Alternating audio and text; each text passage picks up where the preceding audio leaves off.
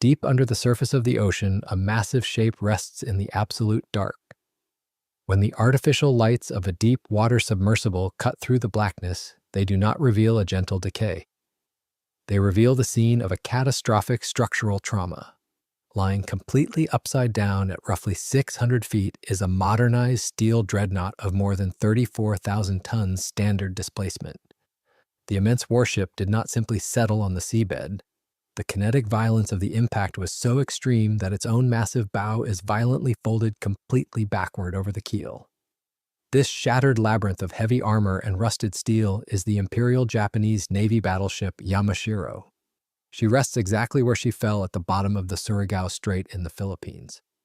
Almost every sunken warship eventually faces the threat of salvage operations, illegal steel harvesting, or invasive commercial expeditions. But this massive dreadnought has remained largely undisturbed since her sinking, apart from non-invasive ROV survey. No human diver is reported to have entered her inverted hull. No artifact recovery from her ruined decks has been reported. Her massive propellers still point toward the surface, permanently frozen in the cold water. Even with billionaire-backed expeditions and advanced underwater robotics, mapping the entirety of this wreck has remained incomplete. The question is not just how a warship of this staggering scale ended up on the black floor of the strait. The real question is why depth, currents, collapse, legal controls, and the ethics of a war grave still keep the Yamashiro beyond any complete modern intervention so far. The sheer size of the dreadnought makes her permanent isolation difficult to comprehend. Built to project absolute imperial power, the Yamashiro was a towering fortress of heavy steel armor, massive 14-inch guns, and complex machinery. She was designed to withstand punishing combat damage and deliver absolute ruin to the strongest fleets on Earth. As one of the largest warships ever constructed by the Japanese Empire, her destruction required an overwhelming application of force. But the thousands of tons of steel alone do not define the gravity of the site today. What lies at the bottom of the strait is one of the most lethal and tragic mass graves in the history of naval warfare. On the night the battleship sank, she carried a crew estimated at 1,636 men. When the sun rose over the water the next morning, only 10 of those sailors had survived the destruction. That nearly absolute loss of life instantly transformed the wrecked dreadnought from a military casualty into a sovereign tomb. The extreme human cost is the invisible, moral boundary that surrounds the wreck today.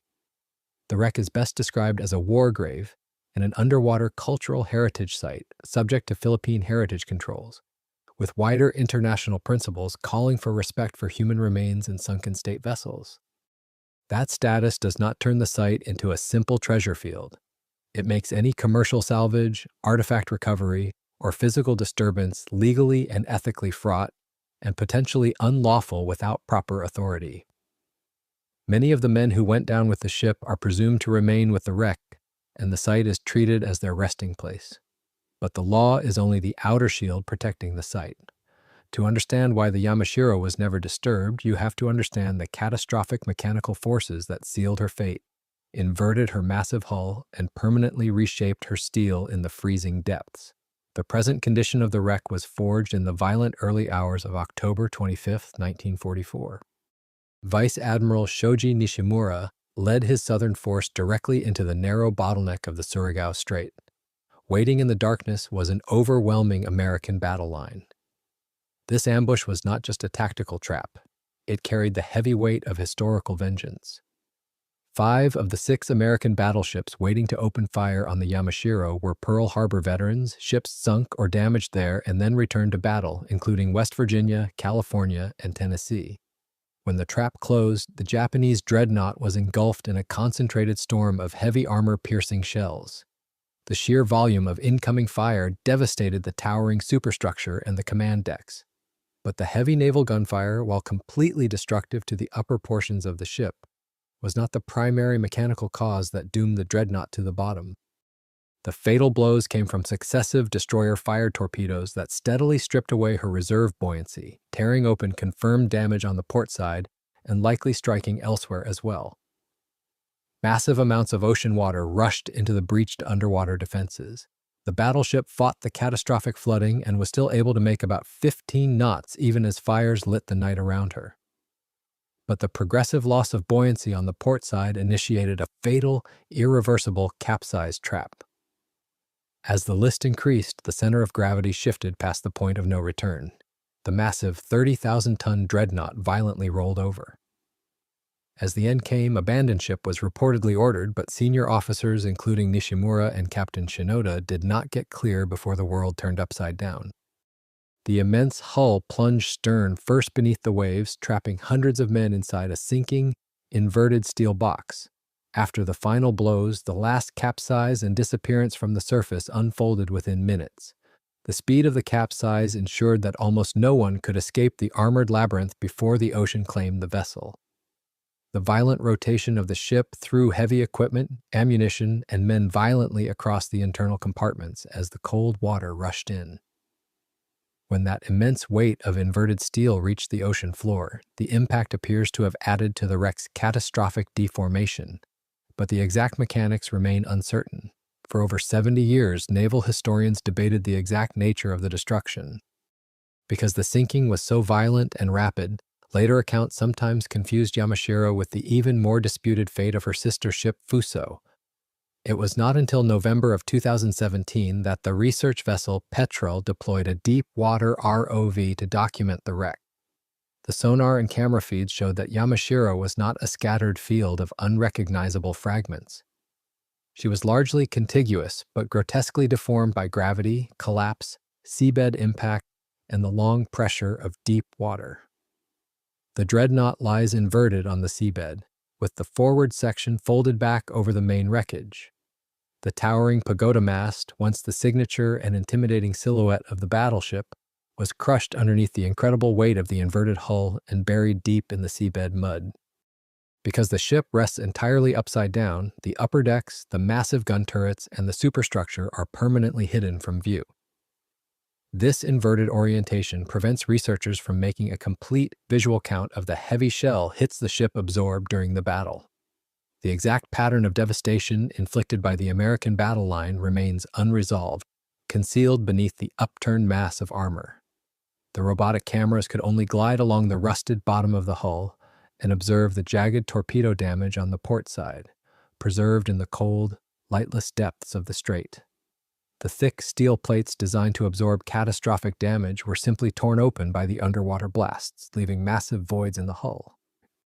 The discovery of the wreck finally answered where the dreadnought came to rest, but it also revealed exactly why the site will never be fully resolved or recovered. The barriers preventing human intervention are absolute and layered. First is the crushing physical pressure at roughly 600 feet. That depth rules out recreational diving and makes any direct human intervention exceptional, dangerous, and legally constrained. For documentation, the practical tool is specialized deep-water robotics, not ordinary salvage diving. But depth is not the only physical limit keeping the ship isolated. The catastrophic structural collapse of the inverted hull has turned the interior into a highly unstable, crushed labyrinth of rusted metal. Even if a deep-water drone could find an entry point, penetrating the wreck risks an immediate internal collapse that would trap the vehicle permanently inside the mass grave. Beyond the physical deformation of the steel and the strict legal protections of international heritage law, the ocean itself actively fights against modern technology. The narrow, restrictive geography of the Surigao Strait acts as a massive underwater wind tunnel.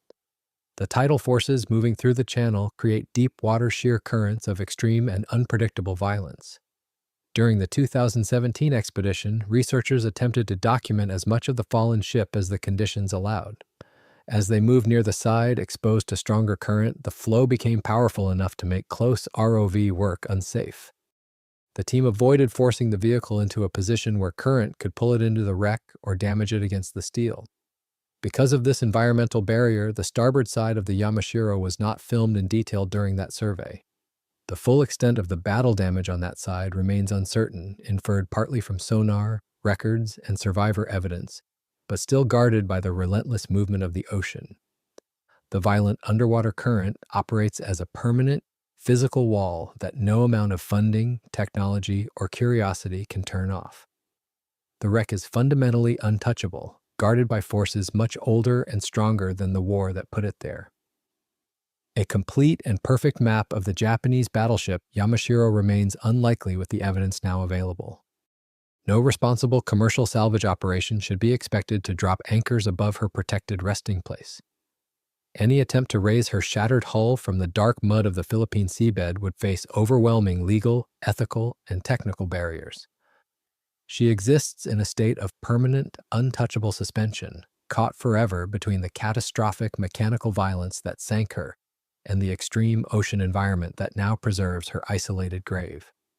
The massive dreadnought remains exactly where the American battle line sent her on that violent night in 1944. Deep in the pitch-black abyss of the Surigao Strait, the heavily rusted steel continues to endure cold, deep water and the crushing physical weight of the ocean above. The violently folded bow stands as a silent, terrifying testament to the kinetic fury of her final moments on the surface and the incredible force of her impact with the ocean floor. Inside that crushed steel labyrinth, over 1,600 men remain completely undisturbed in their sovereign, legally protected tomb. The heavy tidal shear currents that successfully fought off the modern cameras still rush blindly over the inverted hull every single day. Those deep water currents sweep endlessly through the total darkness, guarding the broken dreadnought against any future intrusion. The ocean itself has become the ultimate guardian, keeping one of the last battleships destroyed in a classic battle line engagement beyond ordinary reach, protected by depth, current, law, and the moral weight of the dead.